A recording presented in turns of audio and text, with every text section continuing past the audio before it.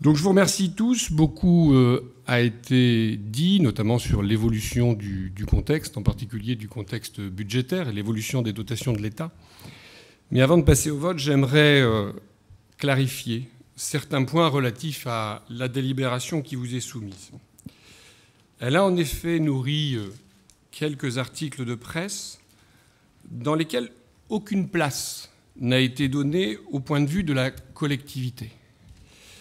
J'espère que l'équilibre sera restauré rapidement. J'en viens donc à l'analyse financière et contractuelle du projet ARENA. Pour être économiquement juste, j'ai retiré du calcul financier de l'ARENA les pénalités de retard intervenues jusqu'à la date d'aujourd'hui.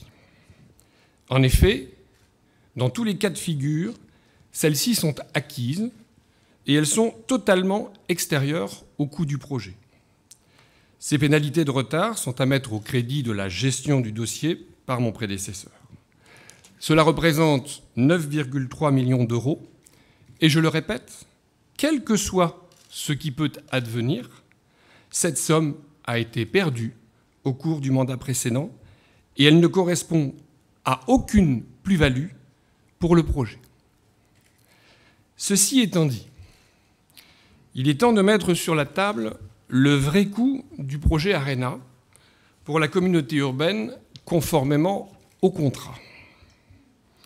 Pour ce qui est de la construction et de l'exploitation, le projet ARENA, comme ça a été dit par M. Lambert, prévoit 160 millions d'euros pour la collectivité, 10 millions au départ, plus 6 millions chaque année pendant 25 ans.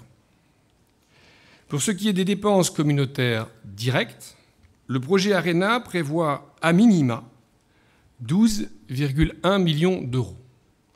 Je reviendrai sur le terme « à minima » car beaucoup de choses ne sont pas intégrées dans ce chiffrage. Pour ce qui est des pénalités de retard additionnelles, celles qui pourraient intervenir à compter de ce jour, une poursuite du projet ARENA coûterait sans doute 10 millions d'euros en plus, au-delà des 9,3 millions perdus par mon prédécesseur. Et oui, parce que les chantiers n'est pas prêt de démarrer dans un délai court, poursuivre l'ARENA entraînerait 10 millions d'euros de pénalités de retard supplémentaires sur l'addition finale. À ces premières enveloppes, on peut ajouter les subventions non garanties, comme par exemple celles de l'État et du Conseil général.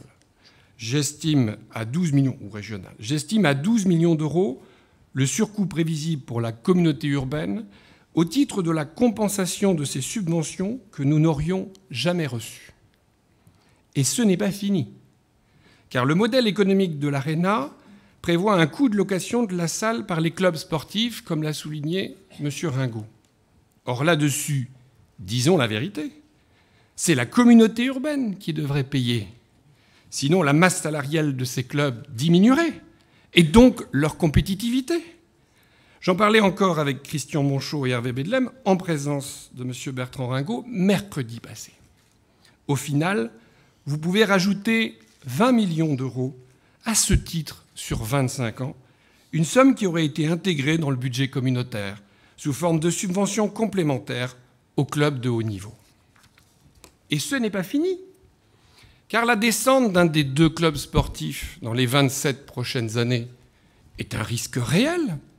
Personne ne le souhaite, mais c'est un risque réel sur le plan financier. Et sur ce point, rien n'est chiffré dans le contrat de partenariat. Rien n'est chiffré dans le contrat de partenariat.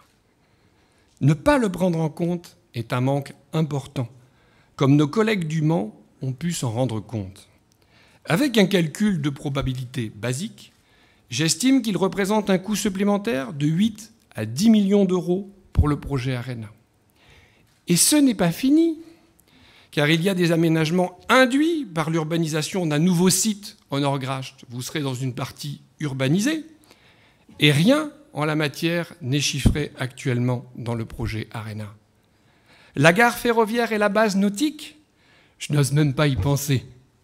Je vais vite classer ça dans les attrape-gogo destinés à faire croire aux Dunkerquois que le site de l'ARENA allait être le nouveau paradis terrestre. c'est totalement irréaliste et infinançable.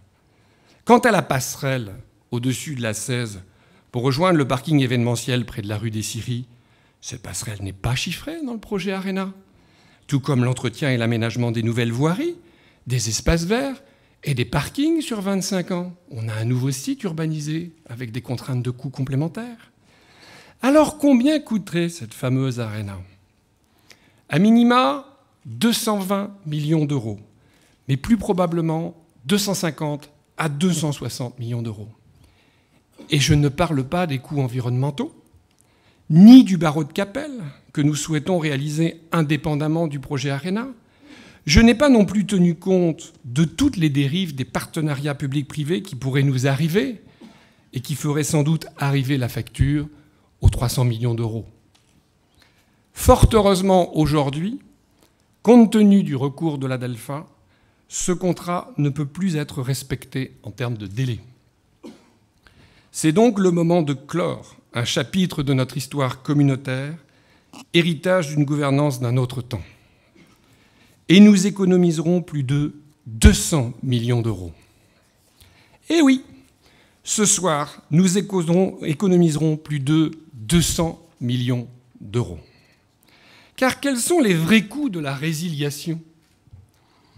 Entre 10 et 14,5 millions d'euros pour les frais de résiliation en eux-mêmes, ça a été dit par M. Lambert, et si on veut y ajouter les dépenses déjà engagées directement ou indirectement par la communauté urbaine, celles-ci représentent environ 14 millions d'euros. Une partie de ces dépenses reste d'ailleurs utile, comme les dépenses en acquisition foncière et les études sur l'échangeur.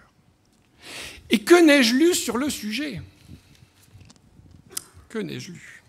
Tout d'abord, l'intégration des pénalités de retard passées comme si elles avaient été dépenses utiles à l'avancement du projet. Faible exercice comptable. Ensuite, la TVA. Paraît-il qu'il faudrait la payer. Ce n'est pourtant pas notre analyse juridique, qui s'appuie, pour être précis, sur une jurisprudence provenant des décisions Inzo et Rompelmann de la Cour de justice des communautés européennes. Pour nous, la TVA, c'est zéro. Et il suffisait de le demander.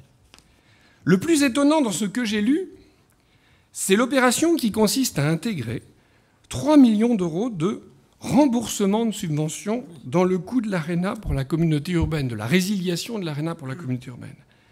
Mais cela ne représente aucun coût pour la CUD.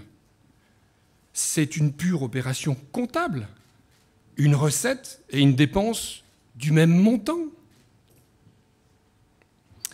Ah, j'entends aussi parler d'emplois perdus.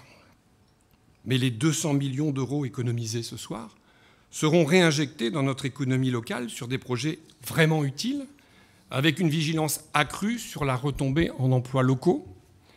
J'ai d'ailleurs demandé, pour information, à la Fédération française du bâtiment le nombre d'emplois induits dans le BTP pour 200 millions d'euros investis.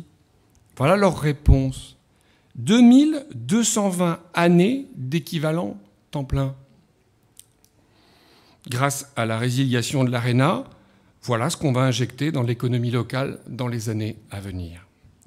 Et puis d'ailleurs, si on associe bien logiquement à l'ARENA le projet de centre commercial Grand Nord, on oublie un peu vite les perspectives d'emplois perdus à Carrefour Saint-Paul, à Corac ou de Guerquebranche et à l'Intermarché du Jeu de Maille. Moi, je n'oppose pas les emplois. Et je me battrai aussi bien pour les employés des hypermarchés que pour les ouvriers du BTP. D'ailleurs, commençons tout de suite. Et je formule la demande au groupe Vinci d'utiliser prioritairement une partie des sommes reçues pour la résiliation du contrat pour le soutien à Sogea Caroni, une filiale de son groupe.